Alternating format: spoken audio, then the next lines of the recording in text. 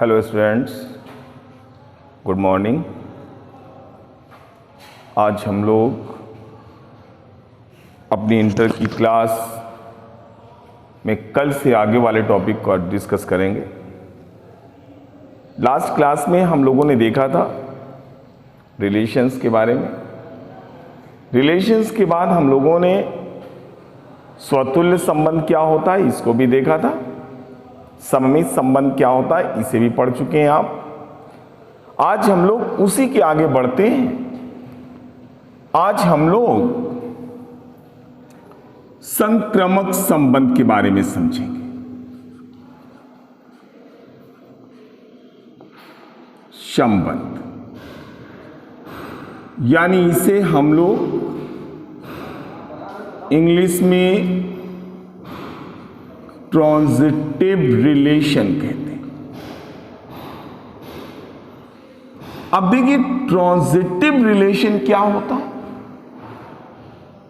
संक्रामक संबंध।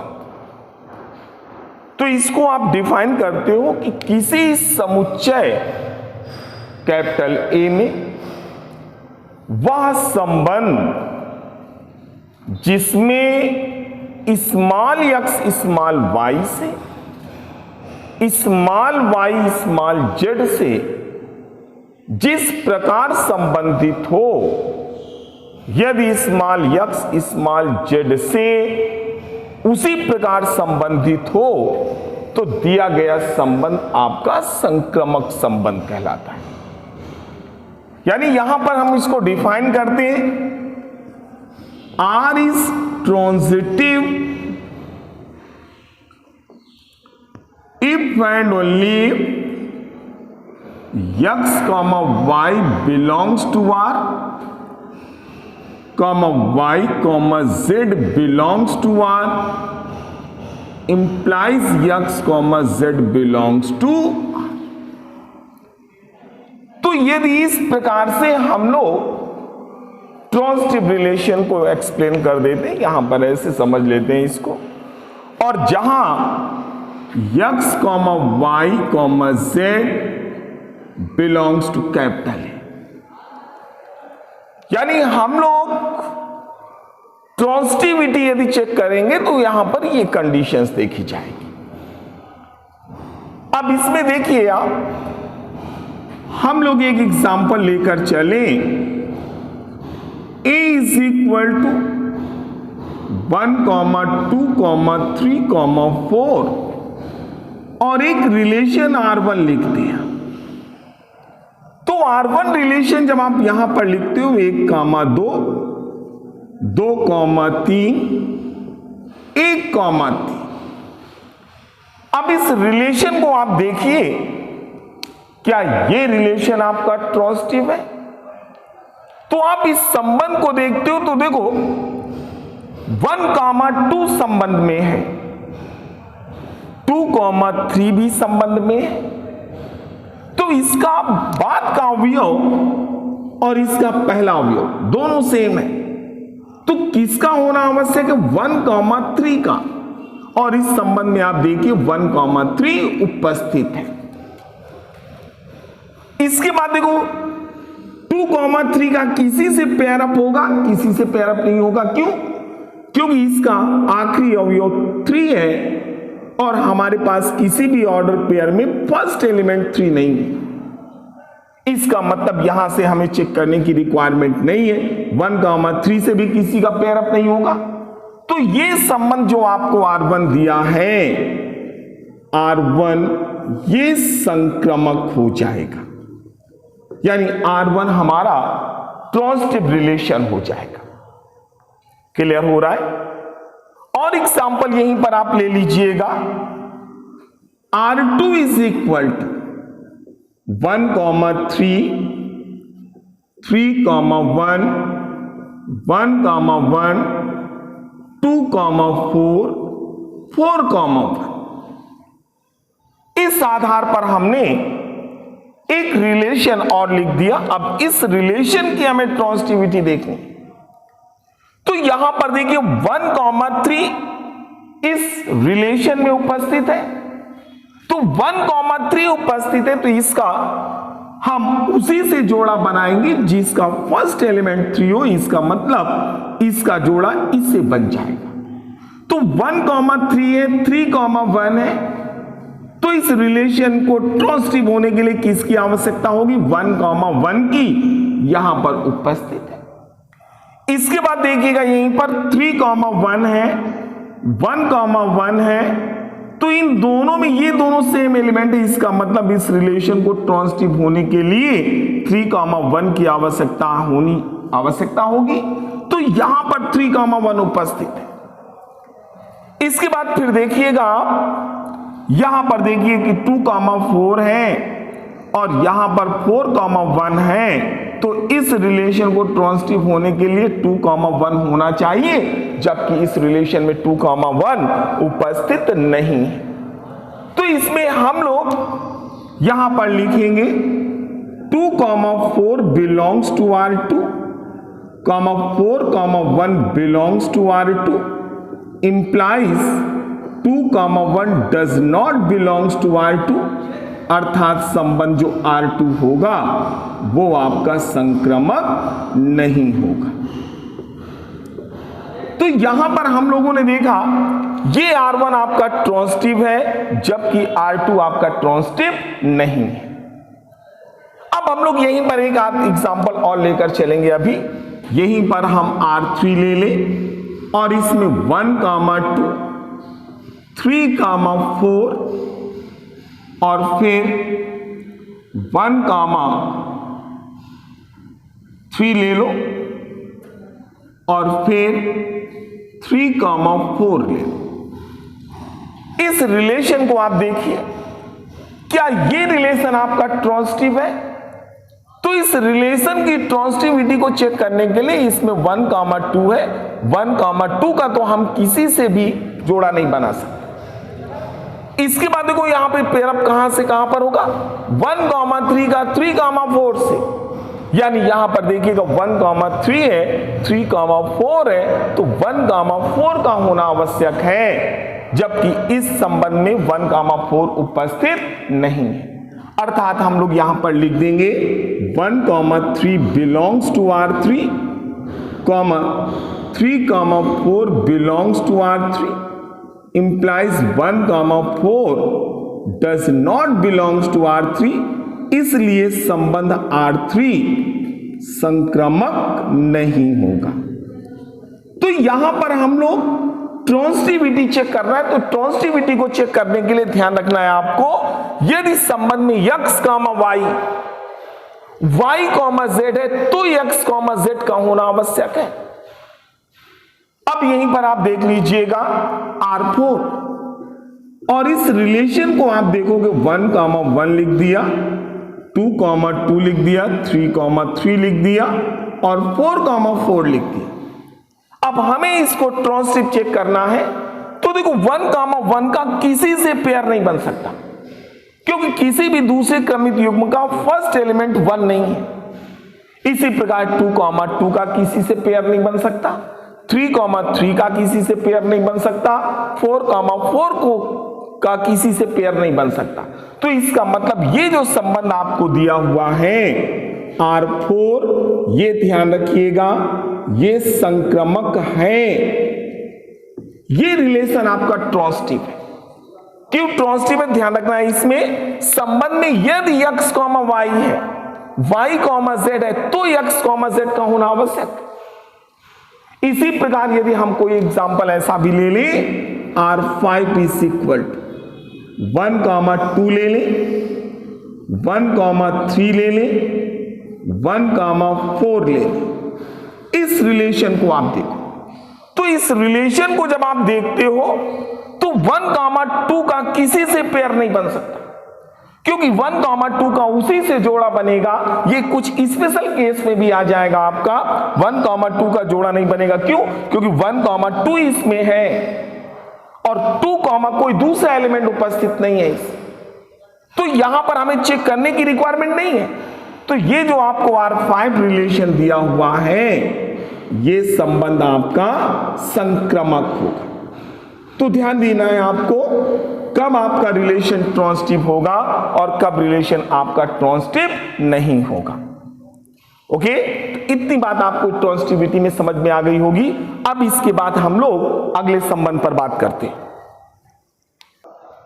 अब देखिए, संक्रमक संबंध के बाद हम लोग प्रतिसममित संबंध के बारे में देखेंगे।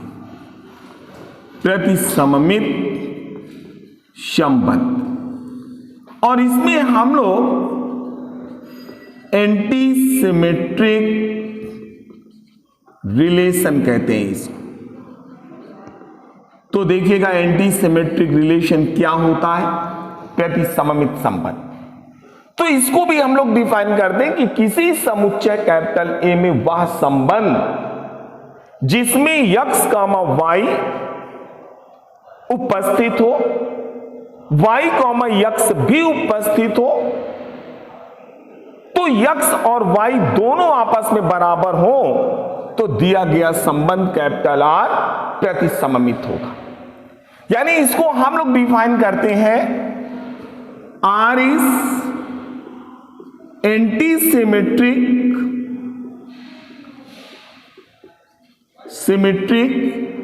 if and only x, y belongs to R, y, x belongs to R implies x is equal to y। यदि ये कंडीशन सेटिस्फाइड हो रही है तो दिया गया संबंध आपका प्रतिसममित संबंध होगा। अब देखिएगा, यहीं पर हम लोग एक डेफिनेशन और लिखते हैं एंटी सिमेट्रिक की। R इज एंटी सिमेट्रिक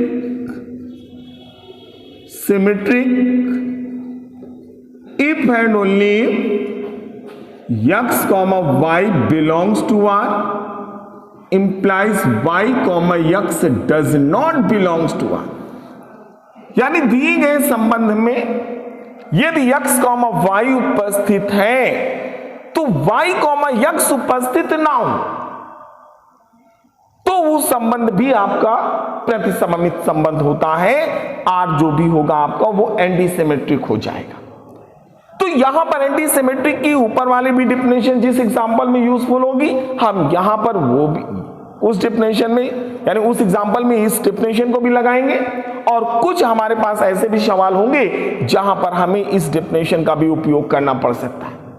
अब यहीं पर आप एक एग्जांपल ले लीजिएगा एंटी सिमेट्रिक में, और यहां पर एक खास बात ध्यान रखना है आपको कि सिमेट्रिक इज नॉट, यानी जो आपके पास सममित संबंध है वो प्रतिसममित का उल्टा नहीं होता।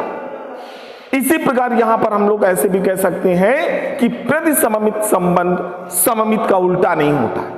हमारे पास बहुत सारे ऐसे रिलेशंस आपको मिलेंगे जो या तो सममित होगा, प्रतिसममित नहीं होगा, और कुछ संबंध आपके ऐसे भी प्राप्त होंगे आपको जो प्रतिसममित होंगे, सममित नहीं होंगे।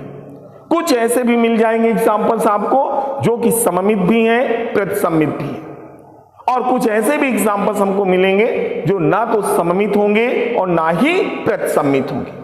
तो यहां पर हम लोग बात करते हैं कि एग्जांपल लेंगे हम लोग 1, 2, 3, 4। अब देखिएगा R1 रिलेशन को हम लोग 1, 1, 2, 2, 3, 3। अब यदि हमारे पास एक एग्जांपल हमने लिया हुआ ये R1, और R1 के एलिमेंट्स हमने देखे 1, 1 है, 2, 2 है, 3, 3 है। अब यदि इस रिलेशन की बात हम लोग करते हैं, क्या यह संबंध आपका रिफ्लेक्सिव होगा? तो यह संबंध आपका स्वतुल्य नहीं हो सकता। क्यों? क्योंकि इसमें 4, 4 उपस्थित नहीं।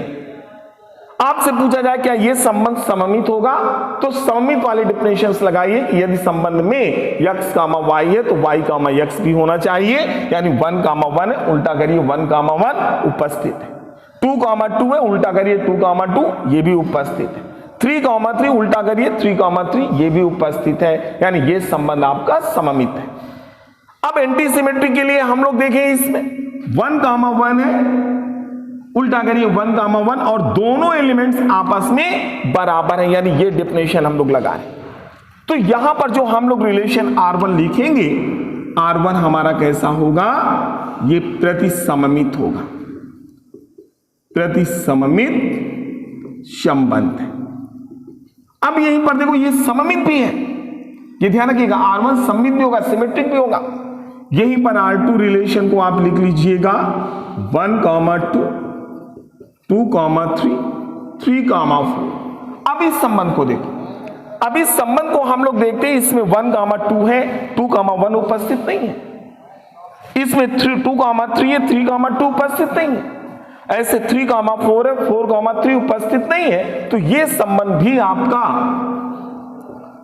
R1 कैसा है? प्रतिसममित संबंध है।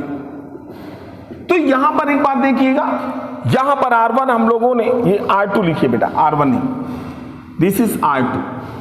R2 हमारे पास प्रतिसममित संबंध है और ये सम्मित नहीं हो सकता। सम्मित क्यों नहीं है? क्योंकि 1, 2 है, 2, 1 उपस्थित नहीं है। 2, 3 है, 3, 2 उपस्थित नहीं है। 3, 4 है, 4, 3 उपस्थित नहीं है। इसलिए यह संबंध आपका सममित नहीं हो सकता। इसके बाद हम लोग यहीं पर एक एग्जांपल और लेंगे R3, और इसको हमें समझना है। तो यहां पर 1, 2, 2, 1, 3, 4, 4, 1, हमें इस रिलेशन को देखना है। क्या ये रिलेशन आपका एंटी सिमेट्रिक है? तो इस रिलेशन को आप देखते हो तो यहां पर देखिए 1, 2 उपस्थित है, इसको आपने उल्टा कर दिया, 2, 1 ये भी उपस्थित है। इसका मतलब यहां पर आप लिखेंगे 1, 2 belongs to R3 implies 2, 1 also belongs to R3।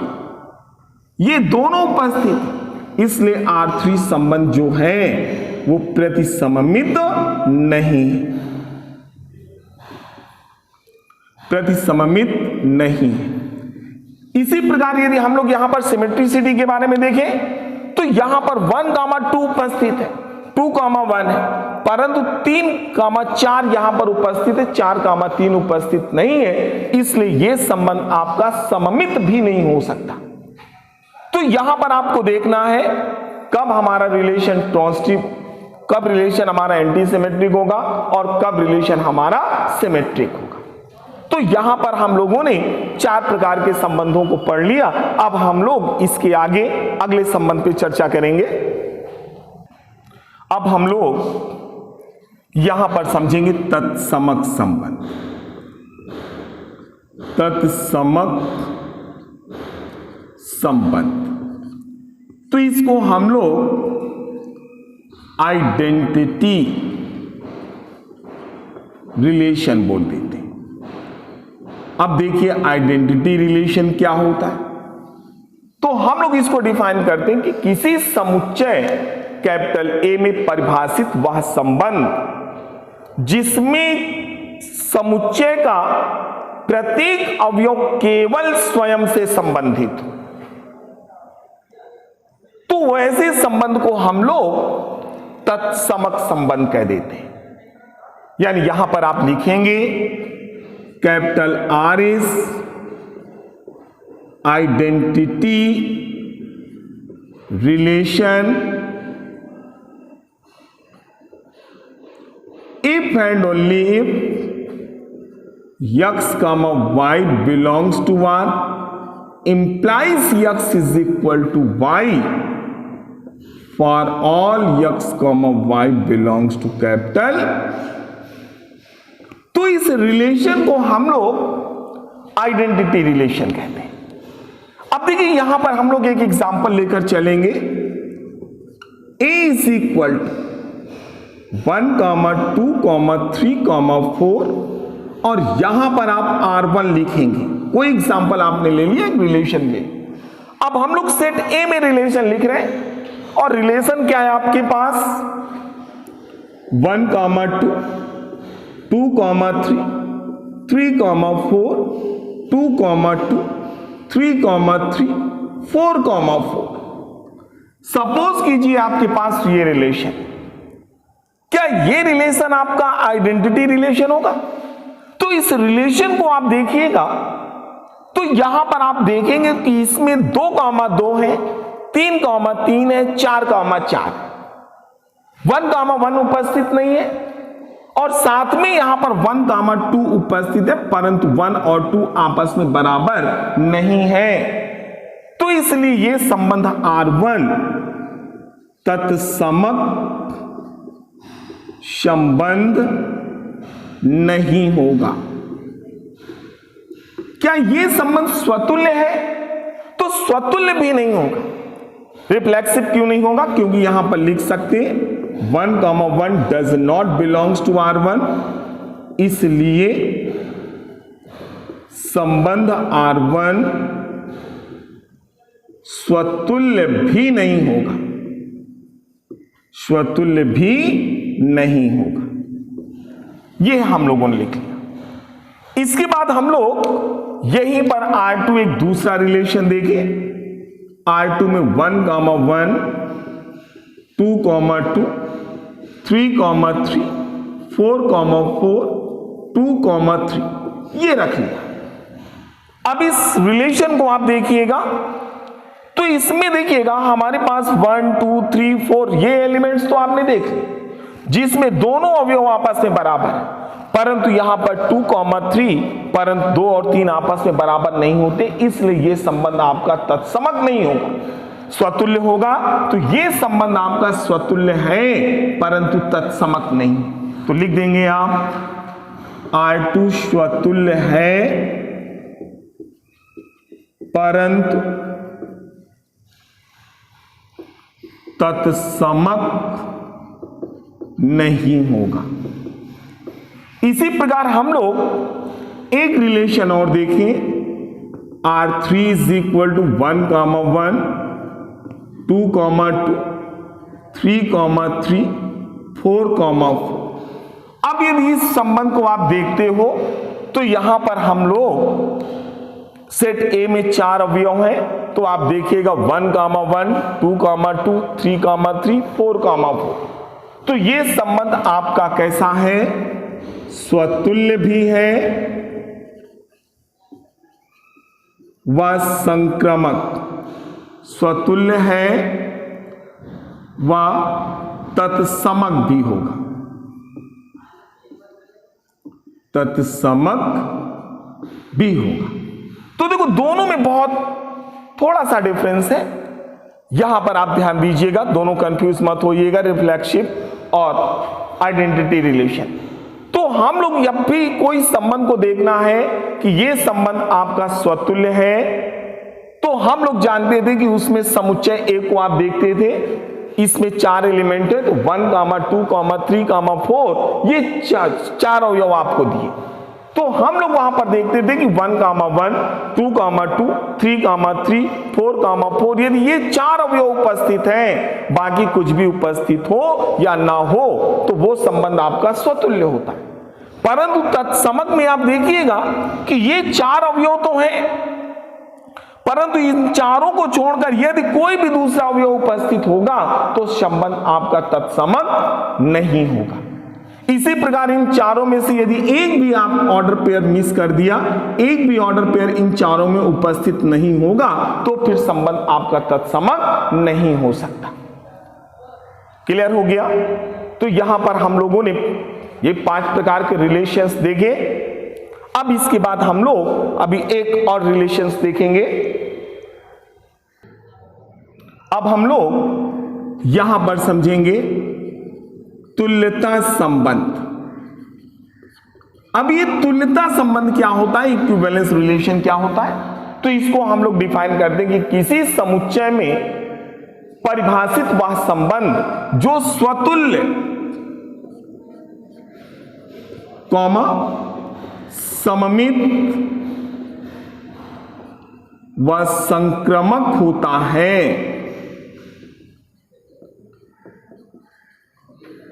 तुल्यता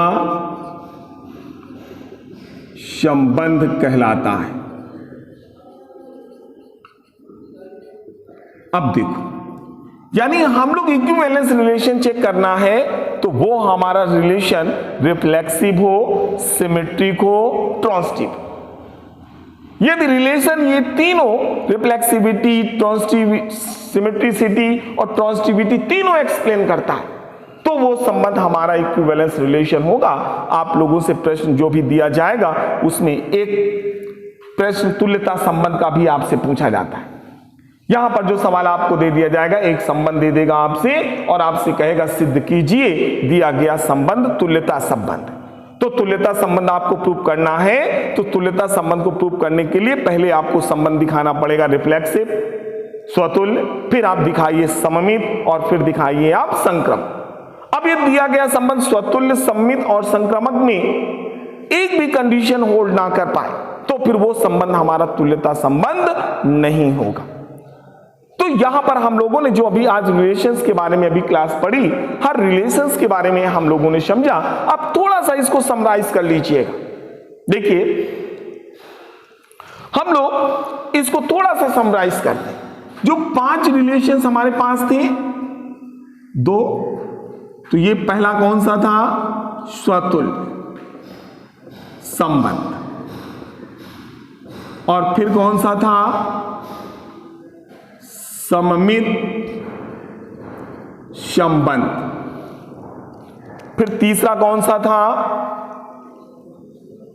संक्रमक संबंध। फिर चौथा कौन सा था? प्रतिसममित संबंध। और फिर कौन सा था 5वां? तत्समक संबंध। ये हमारे पास 5 थे। तो इसमें आपने देखा था A, A belongs to capital R, for all A belongs to capital A। ये कंडीशन आपने स्वतुल्य में देखी। अब यहां पर रिलेशन यदि हमारे पास रिफ्लेक्सिव नहीं होना है तो आपको कम से कम एक एग्जांपल प्रस्तुत करना होगा जो रिफ्लेक्सिविटी की कंडीशन होल्ड ना करे, तो फिर वो रिलेशन आपका रिफ्लेक्सिव नहीं हो सकता। इसी प्रकार यानी नो रिफ्लेक्सिव स्वतुल्य नहीं है, इसके लिए 1 एग्जांपल। सिमेट्रिसिटी के लिए हम लोगों ने देखा था x, y belongs to r implies y, x belongs to r। ये यदि कंडीशन होल्ड हो रही है तो हम लोगों का रिलेशन आपका सममित था। सममित नहीं है तो इसके लिए 1 एग्जांपल आप दे दीजिएगा जो सिमेट्रिसिटी की कंडीशन को होल्ड ना करे, तो वो रिलेशन आपका फिर सिमेट्रिक नहीं हो सकता। इसी प्रकार हम लोगों ने संक्रमक संबंध में देखा था x, y belongs to r, y, z belongs to r implies x, z belongs to. ये हम लोगों ने संक्रमक में देखा था। और x, y, z ये दिए गए समुच्चय को बिलोंग करते हैं। और एक एग्जाम्पल यदि आप प्रस्तुत कर दोगे जो ट्रांसिटिविटी को एक्सप्लेन नहीं कर पाएगा तो वो फिर संबंध हमारा संक्रमक नहीं होगा।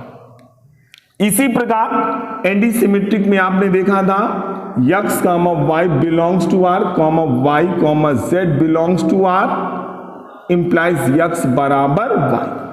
या फिर x, y belongs to r implies y, बेटा यहां पर y, x रखिए। और यहां पर x, y belongs to r, y, x belongs to r देखो implies does not belongs to. तो यदि ये या फिर ये कंडीशन होल्ड करती तो रिलेशन आपका एंटीसिमेट्रिक हो जाएगा। और फिर तत्समक में हम लोग देखते थे x, y belongs to r implies x बराबर y। तो वो रिलेशन हमारे पास दिया गया संबंध कैसा होता है? तत्समक संबंध। तो हम लोगों ने सारे रिलेशंस डिस्कस कर लिए। अब नेक्स्ट क्लास में हम लोग अपनी एक्सरसाइज स्टार्ट करेंगे। Okay, thank you.